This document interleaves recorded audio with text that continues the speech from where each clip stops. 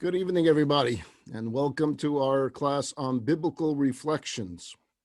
We are studying the stories of the book of Genesis, and we're trying to find some personal lessons from the stories that the Bible tells us for our own lives in our present day and age. We are in the middle of two stories. We're contrasting the story of Noah and the emergence of Abraham, because the contrast between the two is extremely important for us to understand what leadership means, what it means to lead, what it means to inspire, what it means to change a world, what it means to be a light unto the nations, what our role as a Jewish people really is all about. We're still in the story of Noah, but every once in a while we take from the story of Noah and we contrast it with Abraham, but we'll be spending a great deal of time focusing on Abraham as well. We discussed that during the times of Noah, the world was total evil, evil all day long. So if we speak about a world that is totally corrupt, when we speak about a world, as I mentioned last week, that required divine mercy, it required the mercy of God to bring the world to an end. That's how bad it was. That mercy demanded, enough already, stop this world, there's so much cruelty, and start it all over again. Do a take two on the creation of the world. The big question must be, where were the leaders? How did the world become so corrupt? Was there anyone righteous enough to stand up in the world and say, we need to change? And if we're going to remake the world, and this time we want to make a world that could endure, that would endure, it must be a world that will have leaders. I want to remind you of the text that we studied 2 weeks ago. I'll put it up on the screen. We'll just read it quickly. Man began to increase on the face of the earth. This is pre-story of the flood. Man began to increase on the face of the earth, and daughters were born to them. The sons of rulers saw the daughters of man were good, and they took themselves wives from whomever they chose. From whoever they chose, explains Rabbi Shimon ben Yochai, that when the leaders were corrupt, society is hopeless. As the expression goes, when the priests are caught stealing the idol, the members of the faith lose their reverence for the idol. So if the priests are corrupt, if the leaders are corrupt, then there's no chance for society. And that's what we read about during the times of the story of Noah. It was the judges themselves that were picking up any woman they wanted and doing whatever it is that they wanted with them. Total corruption through and through. So where there's a total breakdown in leadership, where there are leaders, political leaders, powerful leaders, perhaps military leaders, but they are corrupt, then society doesn't stand a chance. We have a breakdown in leadership in two ways during the times of Noah. Number one, the leaders themselves were corrupt. And if leaders are corrupt, there's no hope for the rest of society. Number two, and what we'll be focusing on tonight, the only righteous person that the Torah deems righteous in that period of time was a man named Noah, and Noah failed to lead. While other leaders lacked morality, Noah lacked leadership. So the one righteous person was not a leader. The leaders were corrupt. The righteous individual did not lead. And so I'd like to take a few moments to examine leadership, and again use this contrast between Noah and Abraham, using the text of the Torah to guide us through this comparison. Now, I'm not comparing good and bad. Don't make that mistake. I am comparing good and good. Both individuals, Noah and Abraham, were good. Both individuals get complimented by the Torah, by the author of the Torah, by God, for their righteousness. Yet if we look closely at the words of the Torah, we can see that there is a contrast between these good individuals. And the contrast was, one had leadership skills, one did not. It's not a knock on Noah. It is who he was. He did not have the skill to lead. but he was righteous. He was a good man. So what are the prerequisites for leadership? And they're here too. I take it from the stories of the Torah, from the stories of the book of Genesis, from the stories of the book of Exodus, and from the stories of the book of Deuteronomy, focusing on the leadership skills of Abraham, of Isaac, of Jacob, and of Moses. And if we look at these skills that the Torah tells us they had and their abilities and their successes in leadership, we can see the contrast. Number one, the prerequisite for leadership is an inner strength and an unshakable faith and confidence. You have to believe in your message. You have to truly believe it. Not just because some pollsters are coming to you and saying, this is popular today, but you have to, in your very core, believe your message. You have to have faith in that message, and you have to have the inner strength to stand by your message. Just because it's not popular, you can't walk away from it. Number two, a concern for others to the point of self-sacrifice, and a belief that if one tried, you can make a difference. If you really put yourself to it, you can make a difference and you can inspire others. That you do have the ability to lead, even if you think your personality is such that you're a shy person, you're a humble person, who am I to lead? Leadership demands that you find the skill within you and you believe indeed that you can have an effect. I'll share with you a story. The story was told, I saw it told by the individual himself. His name was Rabbi Dr. Tzvi Weinreb. Weinreb didn't consider himself a Chabad Chassid, yet he lived in Crown Heights in Brooklyn for a short period of time after he got married.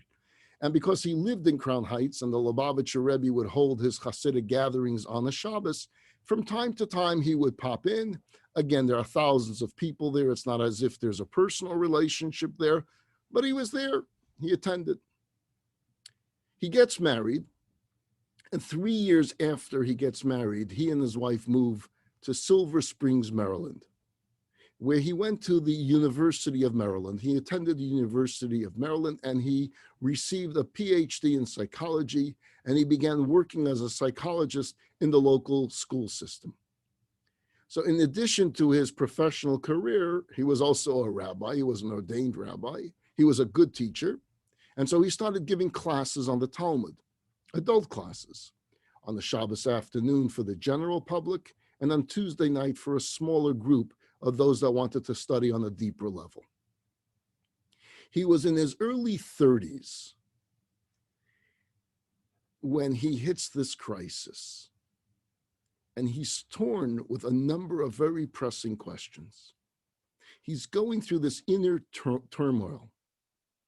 His first question was, should he devote himself to Torah teaching, or should he continue his career in psychology? Which one is it? Which direction do I take? Do I want to be a rabbi, or do I want to be a psychologist?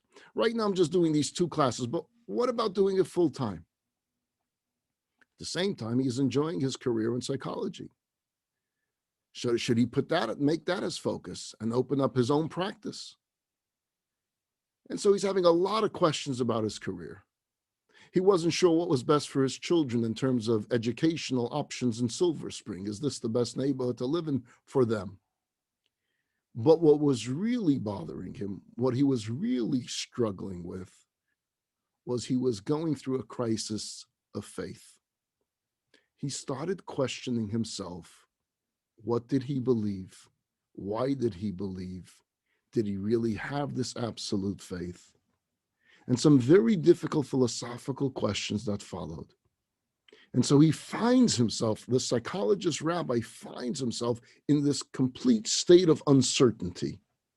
Here he is, this ordained Orthodox rabbi, and he's struggling with his faith.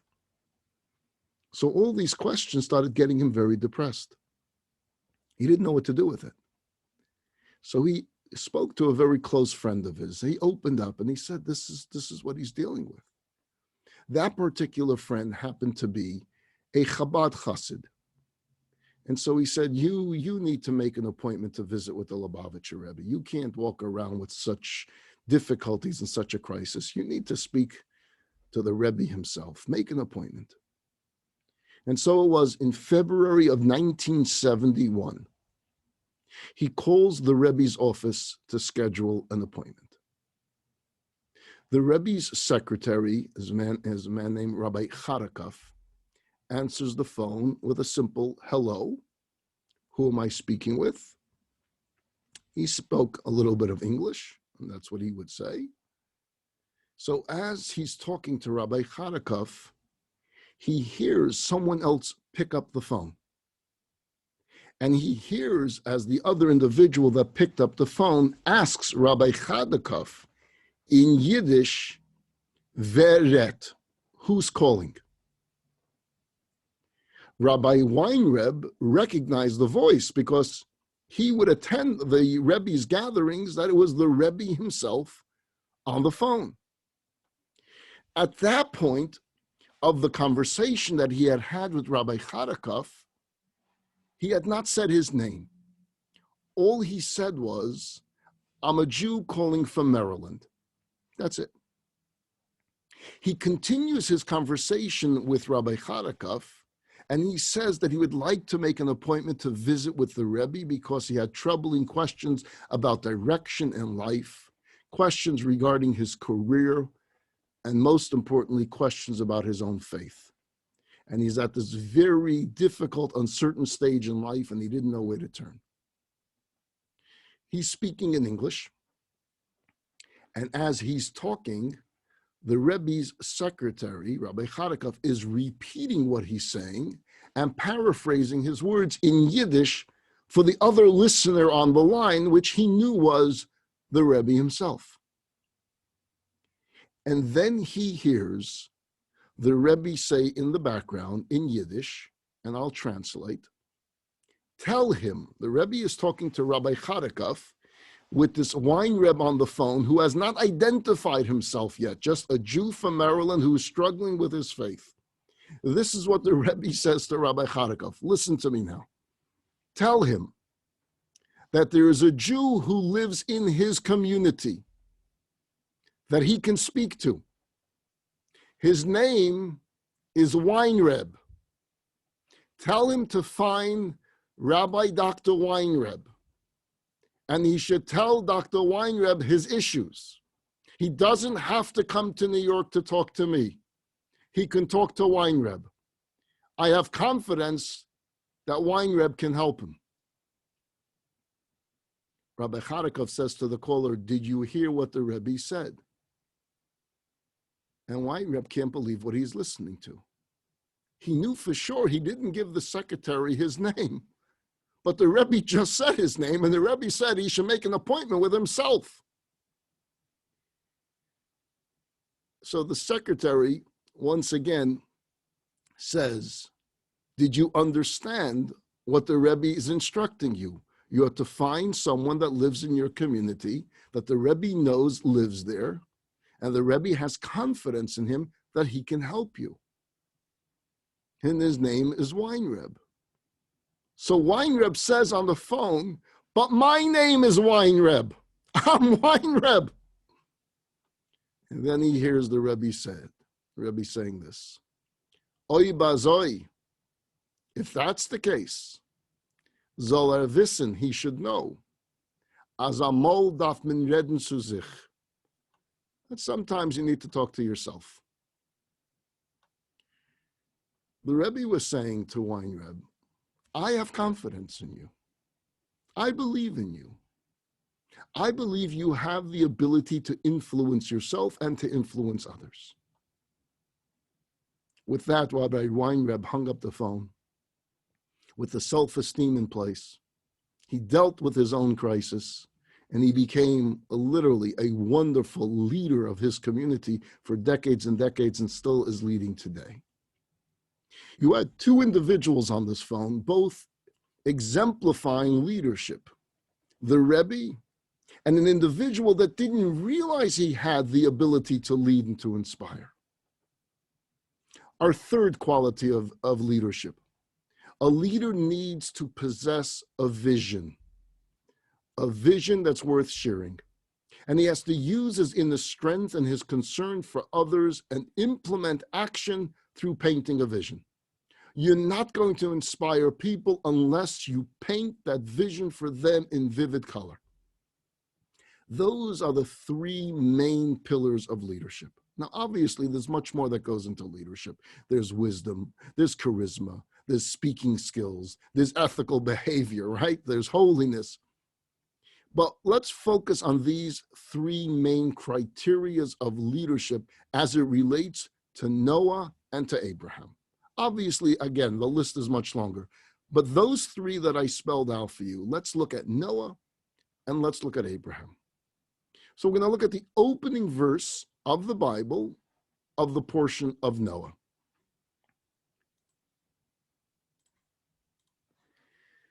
These are the chronicles of Noah. Eila told us Noah. Noah was a righteous man, faultless in his generation. Noah walked with God. Now, powerful words. Imagine you're called by the Torah, the Bible calls you for all eternity a righteous man, right? A perfect man. He walked with God. I mean, you don't get better compliments than that. Key words here. Faultless in his generation, and he walked with God. His righteousness was based that he lived in his generation. He was faultless in his generation. And he walked with God. What's wrong with that? There's nothing wrong with that. But he didn't walk in front of God. He walked with God. And he was faultless because he lived in his generation where everyone else was wicked. Let's continue from the text of the Torah. Noah walked with God, and regarding Abraham, it says, walk before me.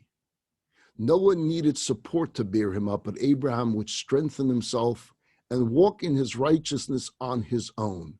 That's the Medrash telling us what the verse means that we just read, that Noah walked with God. He walked side by side with him. He needed God to support him.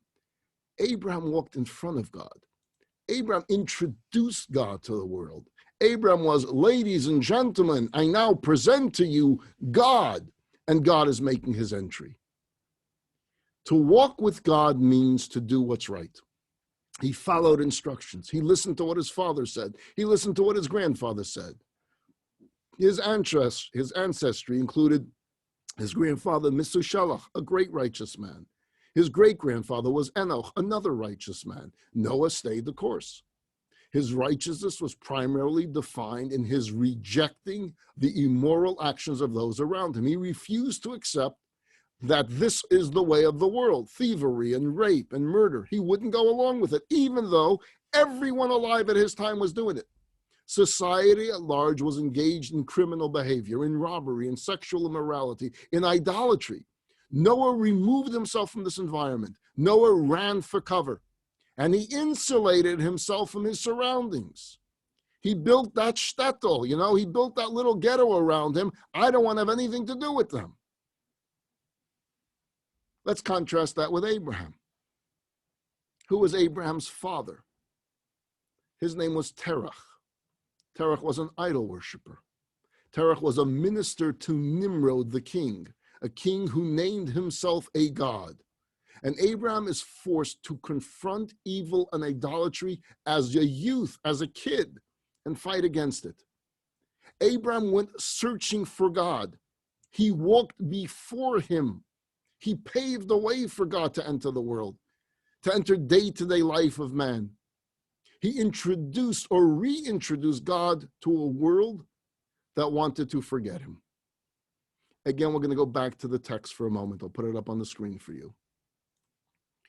When Noah looked around at the actions of the people who were sinful before God, he hid and he immersed himself in the service of God so that he would not fall, should be prey to their wicked ways.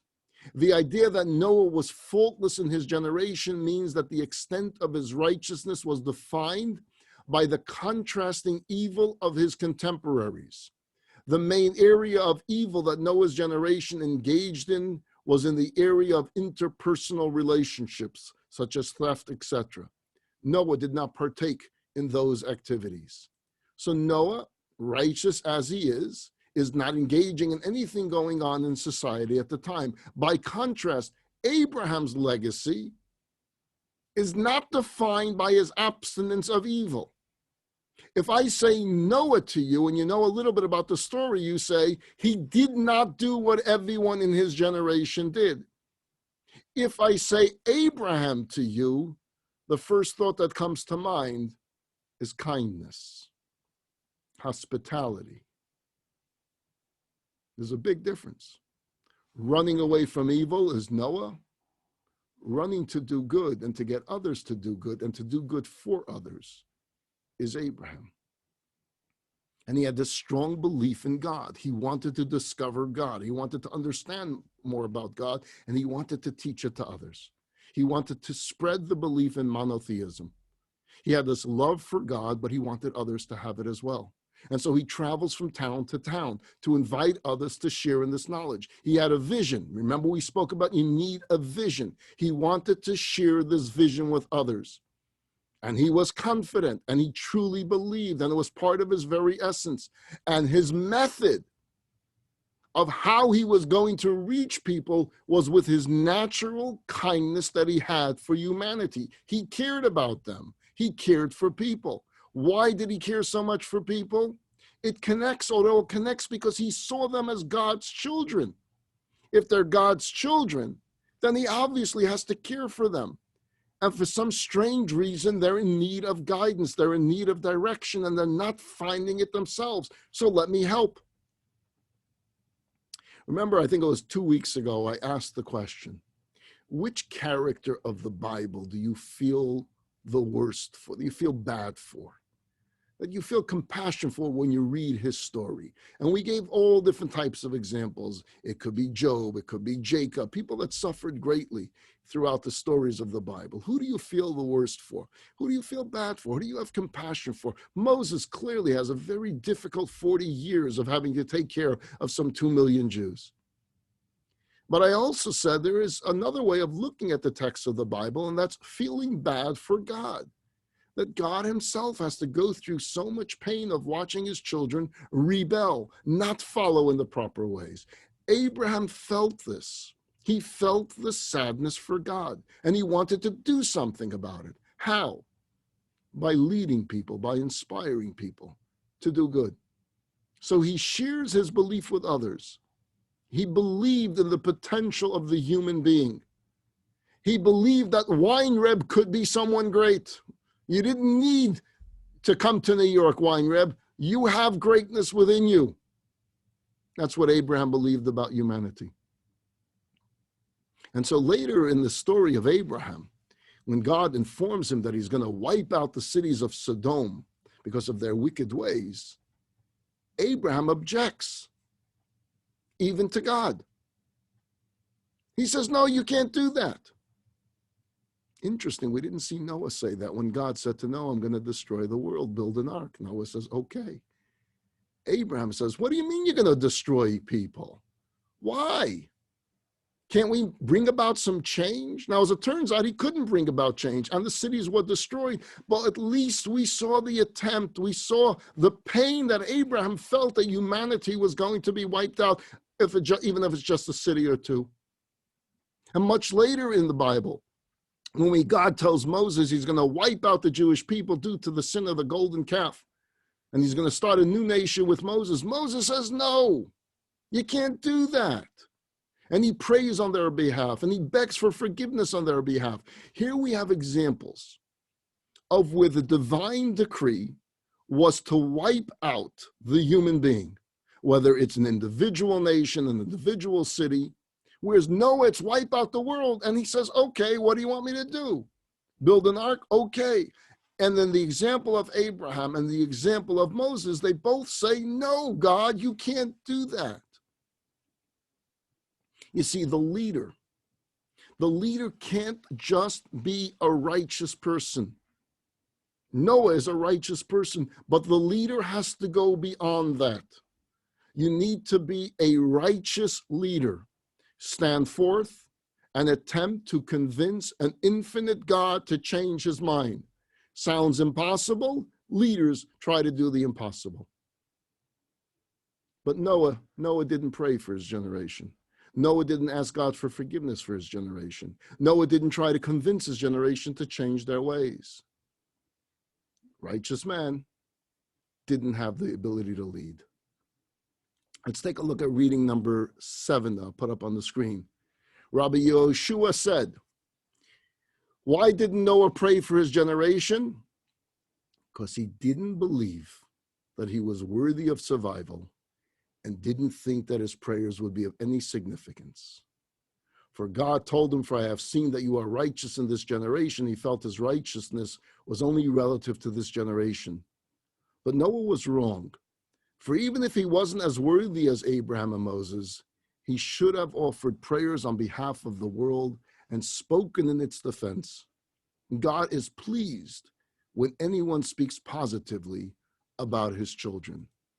That's what God would have wanted to hear. Whether it would have been successful or not, we don't know. Whether Noah would have had any success if he would have tried to argue with God, if he would have gone door to door, we don't know. If Noah would have said, I'm not building an ark because I'm not allowing you to destroy the world, we don't know. We can't rewrite the story.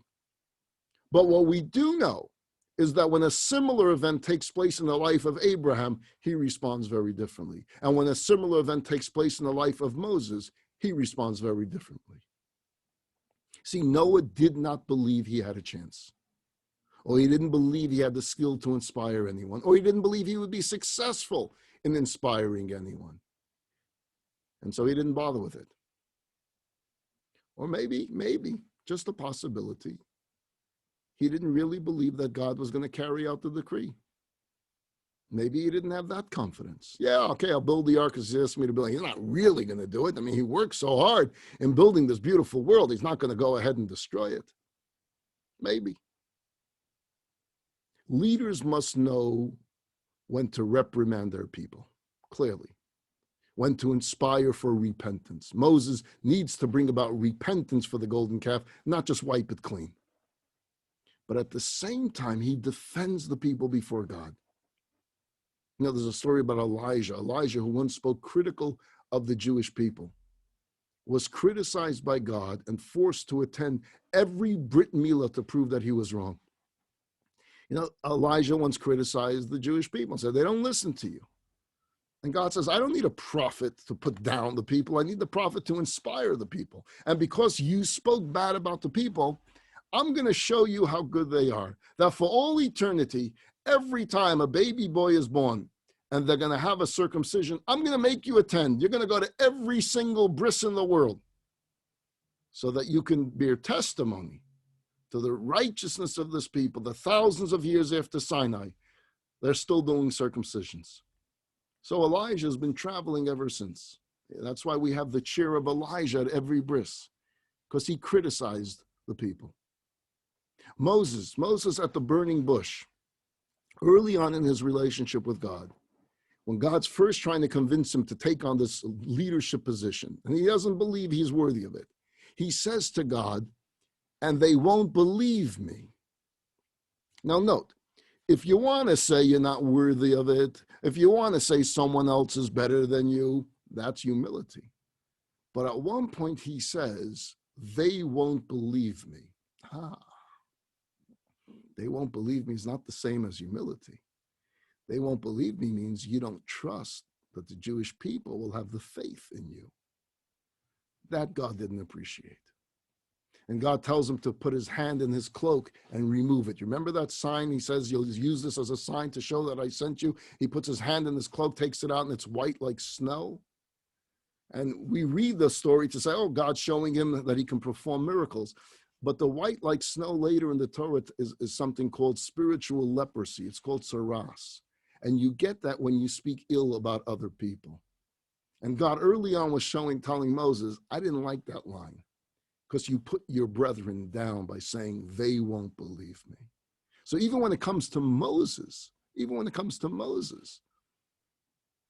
God is saying to him, learn early on in leadership. Your job is to lead. Your job is to inspire, not to put them down.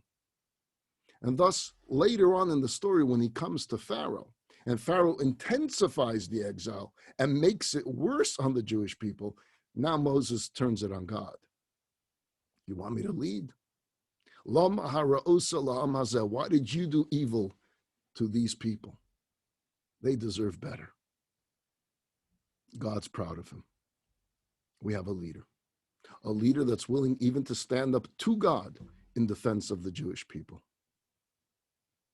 And so let's go back to the story of Noah. When God informs Noah,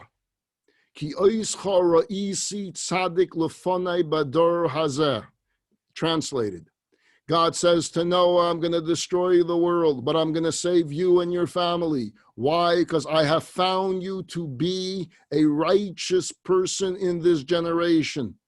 At that very moment, God is saying to Noah, you're the one. You're the only righteous person alive in this world right now. That's the opening line. You're the only righteous person. That's his opening to take the role as the only righteous person and to plead and to pray and to ask and to beg and to protest. No guarantees that it will be successful. As I said, Abraham was not successful when he protested the destruction of Sodom, but he tried. And the fact that the Torah records his attempt means that it was an important thing to record so that we learn the proper path for a leader. You have a job to do. We don't find that in the story of Noah. When God says it's time, the rain is about to begin, the verse says Noah with his sons, his wife, and his sons' wives with him went into the ark because of the waters of the flood. So I want to go a little bit deeper on that verse, a little bit of a deeper understanding of Noah's ark. Because as we shall see, one of the main purposes of the ark was to educate Noah, to teach the survivors how to see to it that this never happens again. If God just wanted to save Noah, he didn't need an ark, right? God could save Noah and his family in any possible way. He could stay in your home and the waters won't come into your house. You're God. You can do anything. You can split the sea and make the waters turn into walls. Why couldn't he do that around Noah's house? Think about it. If you're God and you want to save Noah and his family, put him up on a space shuttle onto the moon. You're God. You can do anything. If Elon Musk can figure out how to get a space shuttle up there, right? God couldn't figure it out. There's so many things God could have done to save Noah. He could have given him the oxygen. He could have given him anything that he could survive underwater. Any possible way he's God. Why does he got to make him build an ark? It was about an education for Noah and the survivors. Let's take a look at reading number 8 that's coming up on your screen. God says to Noah, the end of all flesh has come before me. The world is filled with crime. I will therefore destroy them with the earth. Make yourself an ark of cypress wood. Divide the ark into compartments. Caulk the inside and the outside with pitch. This is how you shall construct it. The ark's length shall be 300 cubits, its width 50 cubits, its height 30 cubits. Make a skylight for the ark. Finish it to be a cubit on top. Place the ark's door on its side. Make a first, a second, and a third deck. That's all text directly from the Bible. Noah was not instructed, by the way, to build a ship. A ship would have a front and a back and the ability to navigate the waters, to get out of the flood. This wasn't a ship to escape. This was a box. The Hebrew word for that we use for the ark, the Hebrew word in the Torah is teva. The real translation of teva is a box. He would be in the flood, not escaping the flood. He's in a box in the waters, in the flood. He would survive, not escape. This was a rectangle. It was about 45 feet by 75 feet in dimension, and he would be able to feel and hear the destruction all around him. Remember, the verse said 3 levels. The humans were on the top level. The animals were on the middle level. And the bottom floor was for waste. And this was this mini microcosm of the world. The human is the highest form of all creation, and it has to remain that way. You can't become an animal. The human was on the top floor, closer to that light that the verse spoke about. It used the term tzohar, which represented spiritual light. A human too has various levels. We have within ourselves, we have a godly level, we have an animal level, and we have waste. We need to know in our lives what is godly, what is proper, what is animalistic, and what is waste that needs to be disposed of. All of these are lessons for Noah that he's going to learn during this time that he's spending on the ark with his family. It took Noah 120 years to build the ark. 120 years of patience of God. 120 years that he had to start a campaign to change man. But nothing changed. Noah spent 12 months in the ark. Why not just a few days? Yeah, we know the earth needed cleansing, but more importantly, Noah needed the education. How to be a leader. Who's he going to lead inside this ark? And the ark was his family and the animals. And we see, by the way, throughout the Torah that animals could be a great training ground to learn how to lead. Our patriarchs and Moses were shepherds. King David was a shepherd. They tended to their sheep before God gave them the job of being the shepherd of Israel. And Noah on the ark had to work hard, feeding all, making sure they were okay. He was a zookeeper for a year. And he learned what it's like to sacrifice for others, even when there's no gratitude coming back to you from the animals. The ark, which at first was a refuge, became a prison for him. And he prayed for an end to this sentence. He came off the ark a different person. Let's take a look at the text. It's readings number 10 and 11 that I'm putting up on the screen. God spoke to Noah saying, "Leave the ark, you along with your wife, your sons, and your sons' wives." When Noah came out of the ark and saw the entire world destroyed, he wept. And he said, "Master of the universe, you are called merciful. Why didn't you have pity on your creations?" So God answered, "Foolish shepherd, now you tell me this. Why didn't you say this when I told you I'm bringing a flood to destroy from under the heavens all the flesh, having in it a breath of life? When I said to you, make yourself an ark, come into the ark, you and your family, for I have seen that you are righteous before me. Why do you think I told you all of this? So that you would pray for the world. Yet when you heard that you could be saved in the ark, it didn't occur to you to cry for mercy on behalf of the world. You made an ark and you saved yourself. And now that the world is destroyed, you open your mouth to utter prayers before me." Noah did not protect his generation like Abraham. When God told Abraham, the outcry against Sodom is so great and their sin is so very grave, Abraham immediately beseeched God on their behalf. When God told Moses, your nation turned from the path, Moses quickly stood up and prayed until he trembled. The rabbis teach that Moses gave up his life in the world and in the world to come on behalf of the people. As it is written, if you do not spare me, he says to God, please erase me from your book. Rabbi Yochanan says, Noah was righteous in his generation, but if he had lived in another generation, let's say he lived in Abraham's generation or in Moses' generation, he would not be considered anything of anyone of significance. Reish Lakish is a different sage in the Talmud, says, no, I don't agree with that. All the more so. If he had been in the generation of righteous people, he would have been even more righteous. So there's this argument in the Talmud. If you take this righteous person who lives in a generation where everyone is wicked, So we give him credit because he's the only one that's living righteous in that particular time. He's not involved in the sins and in the crimes.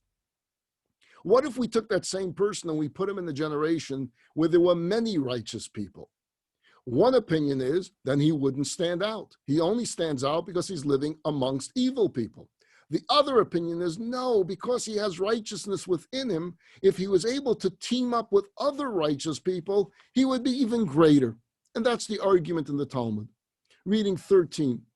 According to his generations, all agree that had he lived in a better generation, he would have been even better. All agree that had he, as he was at the time, lived in the generation of tzaddikim, which means righteous people, he would not have even been considered a tzaddik. And so that discussion continues to go on. They all agree that if his actions were transported to a generation of other righteous people, then his actions in that particular generation would not be that noteworthy. He simply was a good person. But the question is, would he have gained from the righteousness of others? Would he have wanted to be with them more, learn from them more? Had he lived in an Abraham generation, would he have been Abraham's right hand? Would he have been Abraham's assistant? Would he have been Abraham's partner? You know, one of the names of the sages that I mentioned, there was a person named Reish Lakish. Reish Lakish is more sympathetic to Noah than the other sages. And he wants to give him credit for not being swept into the evils of his times. It's interesting that if you know the biography of Reish Lakish, he was a gangster growing up. He was a gladiator, he was a very strong man. But in his lifetime, he repents and he changes his life and becomes one of the leading sages of that generation. Imagine one of the leading holy people of the generation used to be a gladiator and a gangster. And it's from that personality that he can appreciate Noah. He says, I know what it's like to withstand temptation. I know what it takes to reject and withstand evil influences of your peers. And that's why he defends Noah far more than the other sages do. It's important to point out, and I mentioned this earlier this evening, that any criticism being said of Noah is only by way of analysis of leadership, in contrast to Abraham and in contrast to Moses. Far be it from us to sit in judgment of a man that the Torah calls righteous, that God speaks to, that has a portion in the Torah named after him, that still until today has children named after him, that built an ark that saved the world. All of that can't be taken away. But he didn't lead. And thus he did not become the first Jew. The world was going to need someone and some nation to be leaders of goodness and to be leaders of morality. That's what's to come with the emergence of an Abraham. As I mentioned before, everything about Abraham is about kindness. It's about recognizing your role and recognizing your responsibility and not closing your eyes, understanding that you have and you bear responsibility for others and you have to care for others. I say this just in closing. We're going to continue next week with the story of Abraham. I just want to make a very quick appeal. We're having a raffle campaign specifically to help people struggling with COVID. Many families still do not have their breadwinners back to work. And although, yes, the government has been good with unemployment and extending unemployment, if you have a family of 4 or 5, it's not going to really cover everything. And so we do get a lot of calls here at Chabad for help and for assistance and for need and for food. And so we're doing this raffle campaign. If anyone wants to participate with your charity, you have a chance to win one of 20 great prizes. We're going to do the raffle on the day of Purim. It's a great day of celebration and a festival. It's also a day of charity. So if you'd like to just simply jot down the website, some of you already have participated. Thank you very much. It's chabadconejo.com/raffle. Easy to remember. Tells you everything you need to know on the website. You can make your contribution on that website as well. Everything, every dollar you give is going to go right to helping people struggling with this virus. And hopefully this will be the last few months of this and we can return to a life in a world of normalcy very, very soon, get people back to work and everyone back to their health. I want to wish you all a very safe week, a good week, a happy week, a healthy week, And those of you that like to join me on Wednesday, we have on Wednesday 12:30, we study from the book of Deuteronomy, the subject of the chosen people. And for those not joining me on Wednesday, I'll see you back next Monday night, and we'll continue with the emergence of Abraham. Take care, everybody.